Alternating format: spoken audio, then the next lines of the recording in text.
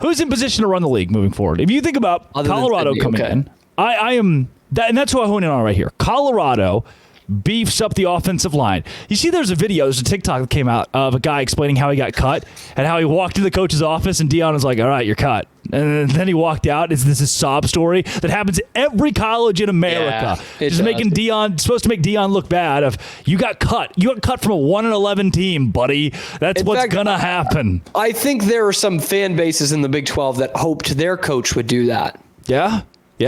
Positive attrition. Baylor. Positive attrition there. And yeah, it sucks, but it's college sports, right? A backbone from Deion. Yeah, you were not a good player on a very bad team. I am bringing good players to make a better team. Especially in this era, man, where they could go anywhere. They're not gonna want for opportunity if they're playing at a school like Colorado or even a Baylor. But yeah. Do you think it's Colorado? Is that the team then that you point to, even after going 4-8? The way this offseason has gone, I look at them and say, yeah, it's dangerous. That's because there's a lot of 4- and 5-star stuff going on. Yeah, there. Can't deny the talent. But then again, they had a good portal season last year. Not as good as this year, but had a good portal season and go 4-8. And you and I, living in the Brazos Valley, know that the recruiting class of 4- and 5-stars only gets you so far. Ask our man Jimbo Fisher. It only gets you so far. Ask the Texas Longhorns before this year. It only gets you so far. And so I like the class they've brought in. I think Deion probably is a good coach, but we don't know that at this level yet. And it's just one season, right? Yeah. But we don't know that yet. So Colorado, it may be in the top 5 of teams of programs that I'm worried about in the new Big 12. So then today, if you've got to make a way too early Big 12, and I get it, right? We're not going to see the transfer portal and how that shakes out. And Kansas State has lost almost 20 guys, and Cincinnati 25 guys, and we're seeing guys come in and out. But as of today, I think it's tough to look at the talent of Colorado and not put them on the top half of the Big 12 despite 4-8. Yeah, top half, yeah. You mentioned the Kansas State loses a lot. Their biggest rivals don't. I like Kansas a lot. Oklahoma State hasn't lost a lot. Now, granted, they haven't had dynamite recruiting classes. What? I've seen 7 posts that Ollie Gordon has left.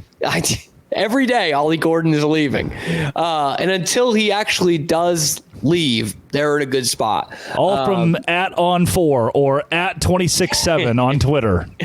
And I would put Colorado at best the second best team that's coming in that quad.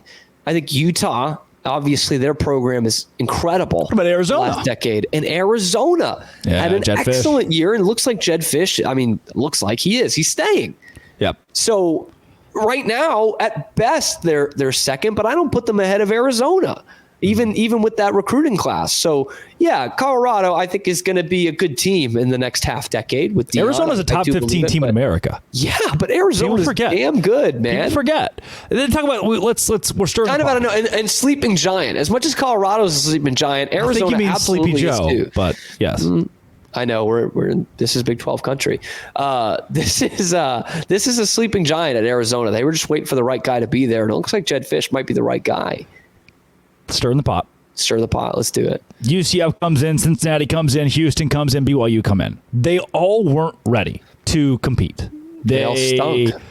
None Two of them lost to Baylor. Yes. Which is not a good sign at all. Who is the worst team in the Big 12. They were not ready to compete. They didn't come for the Power 5. The closest you can make a case for is BYU because they played a lot of Power 5 teams or enough Power 5 teams and independents. None of them were ready for the gauntlet that is the Power 5 schedule. And despite their pleas, we went to the college football playoff, or we won our conference championship, or we've been to New Year's Six Bowl, which many of them can boast. There was the national championships. There was a learning curve this year. Does that happen for these 4 new teams coming from another Power 5 conference that has been a lot weaker than the Big 12 recently? I doubt it. By the way, Massey ratings. This isn't just it was not weaker. The Pac-12 had way more better teams this year. No. Over the last 5 years, the Big 12 is rated second or third best in America based on the Power 5 conferences. Much better than the Pac-12. Yeah, and I would say before this past year, which the Pac-12 was good, that conference was about on par with the American, which is where those other teams are coming from. The UCF and Cincinnati, that's where they were coming from, right? And Houston too. Yep. So I doubt it because two of those teams that are coming in are legitimate top 20 teams in Arizona and Utah. And the success that Utah has had over the last decade or whatever it is under Kyle Whittingham is undeniable.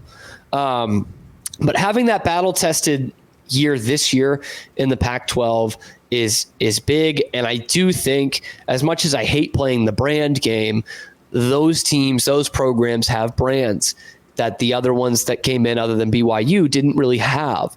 And so they come in with already a more stacked deck in the transfer portal era of who they can bring in year to year.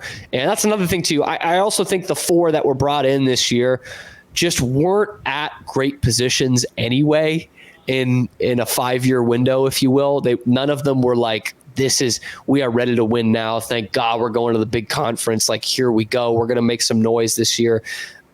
I don't think any of those teams were positioned that way. So I don't think they really disappointed too much.